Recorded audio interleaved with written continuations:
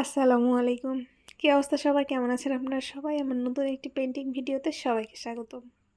অনেকদিন হলো পাঞ্জাবি আর্টের ভিডিও আপনাদের সাথে শেয়ার করা হয় না। আসলে পাঞ্জাবির অর্ডার ছিল না, বিধায় আমি আপনাদের সাথে শেয়ার করতে পারিনি। তো গতবার ঈদে অনেক কাজ করেছি পাঞ্জাবিতে, কিন্তু এবার তুলনামূলক তেমন একটা নেই পাঞ্জাবির অর্ডার। তো যাই হোক, এক কাস্টমার আমাকে ২ টা পাঞ্জাবি ডিজাইন করে দিতে বলেছে এবং ২ টা সেম ডিজাইনের সেম সাইজের। তো এখানে আমি সাদা কালারের খাদি পাঞ্জাবি নিয়েছি, সুতি এক কালারের ৪২ সাইজের।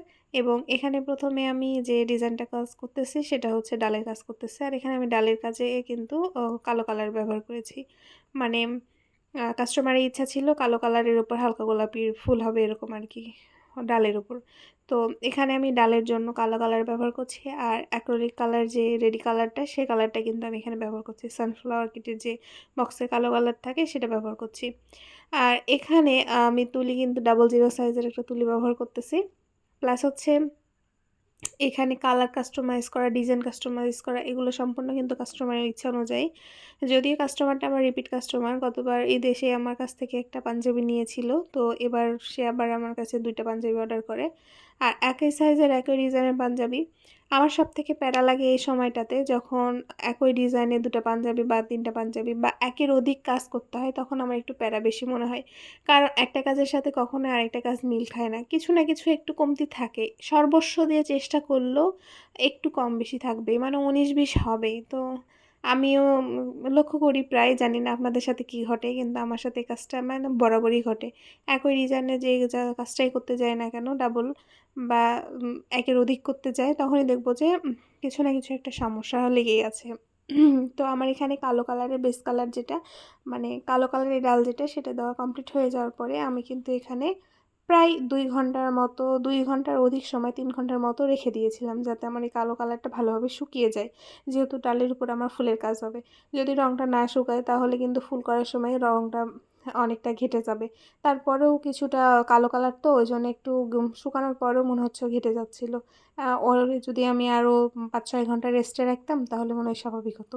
তো যাই হোক, আমার যেহেতু কাজের প্যারা আছে, অনেক কাজ করতে হবে, যেহেতু ঈদের সিজন, কাজের অনেক চাপ। তো ২ ঘন্টা রাখার পরে, ২-৩ ঘন্টা রাখার পরে আমি এখানে হালকা গোলাপি কালারের ফুলের কাজ করতেছি। আর এখানে আমি চেরি ফুলের কাজ করতেছি। আমার জানি না কেন জানি পেইন্টিংয়ের ক্ষেত্রে চেরি ফুলটাই করতে বেশি ভালো লাগে এবং চেরি ফুলেরই অর্ডার বেশিরভাগ পড়ে। তো এখানে হচ্ছে আমি এই গোলাপি কালারটা কিন্তু অন্যরকম ছিল, মানে রানী গোলাপির মতো ছিল। তো সেখানে আমি একটু সাদা কালারটা মিক্স করে নিয়ে হালকা গোলাপি কালারটা করে ফেলেছি। আর এখানে আমি হচ্ছে কাস্টমারের যে ডিজাইনটা ছিল সেখান থেকে দেখে যতটুকু পেরেছি ততটুকু করেছি। যদিও সে ডিজাইনের মতো আমারটা হয়নি। জানি না কাস্টমার কি বলবে, কারণ কাস্টমার এখনও কোনো রিভিউ দেয়নি। আমি জানি না সঠিক কী বলবে। যদিও আমার এটা রিপিট কাস্টমার, আশা করি কাস্টমারের ভালো লাগবে, কারণ সবার যেহেতু ভালো লেগেছে কাস্টমারের কেন ভালো লাগবে না। তো এখানে আমার প্রায় ফুলের কাজ শেষ হয়ে আসতেছে। তো আমি আপনাদের সাথে কিছু কথা বলতে চাই। সেটা হচ্ছে, টিকটকে যারা বলতেছেন ভয়েস দিলে ভালো হয়, ভয়েস দিলে ভালো হয়। তো আমার ভয়েস ওভার ভিডিওগুলো বেশিরভাগ ক্ষেত্রে আমি ইউটিউবে আপলোড করি। তো অবশ্যই আপনাদের ভয়েস ওভার ভিডিও দেখতে হবে। দেখতে হলে ইউটিউবে গিয়ে আমার ভিডিওগুলো দেখতে হবে। আর আমার ইউটিউবের লিঙ্ক কিন্তু বায়োতে দেওয়া আছে, টিকটকের বায়োতে। তারপরও আমি আপনাদেরকে বলে যাচ্ছি যে ইউটিউবে গিয়ে ময়নাস ড্রিম লিখে সার্চ দিলেই আমার ইউটিউব চ্যানেলটি চলে আসবে। আমার টিকটক, ফেসবুক পেজ প্লাস হচ্ছে ইউটিউব, সবগুলোর একই নাম, ময়নাস ড্রিম। আপনারা ময়নাস ড্রিম লিখে সার্চ দিবেন তাহলে পেয়ে যাবেন। তো এখানে আমার প্রায় ফুলের কাজ একদমই কমপ্লিট হয়ে এসেছে। এইখানে কিছুটা কলির কাজ দিচ্ছে আর কি, কারণ ফুল, লতা পাতা, কলি ছাড়া তো কখনোই সম্পূর্ণ হয় না। যদিও এখানে পাতা নেই, শুধু ডাল, ফুল আর কলি আছে। আমার ইউটিউব চ্যানেলে যারা নতুন, এখনও আমার চ্যানেলটি সাবস্ক্রাইব করেনি, তারা অবশ্যই আমার চ্যানেলটি সাবস্ক্রাইব করে দিবেন। পাশে থাকা বেল আইকনটি প্রেস করে দিবেন নিত্য নতুন ভিডিও দেখতে হলে। তাহলে সবার আগে আমি যখন ভিডিওটা আপলোড দিব, সবার আগে আপনার কাছে চলে যাবে আর কি। আর হচ্ছে, আমার ভিডিওগুলো আপনাদের কাছে কেমন লাগে অবশ্যই কিন্তু কমেন্ট করে জানাবেন। আশা করি আপনাদের কাছ থেকে এইটুকু সুবিধা আমি পাবো। তো যাই হোক, আমার এখানে ফুলের কাজ শেষ এবং ফুলের কাজ শেষ হওয়ার পর আমি প্রায় ২-৩ ঘন্টা আবার রেস্টে রেখে দিয়েছিলাম। আসলে রঙের কাজটা সময় নিয়ে করতে হয়, ঝামেলাও তুলনামূলক কম, সেলাইয়ের কাজের থেকে অনেকটা সময় কম লাগে। কিন্তু এই যে একটু কাজ করলাম ১ ঘন্টা, তাকে আবার 2 ঘন্টা রেস্টে রেখে দিতে হবে।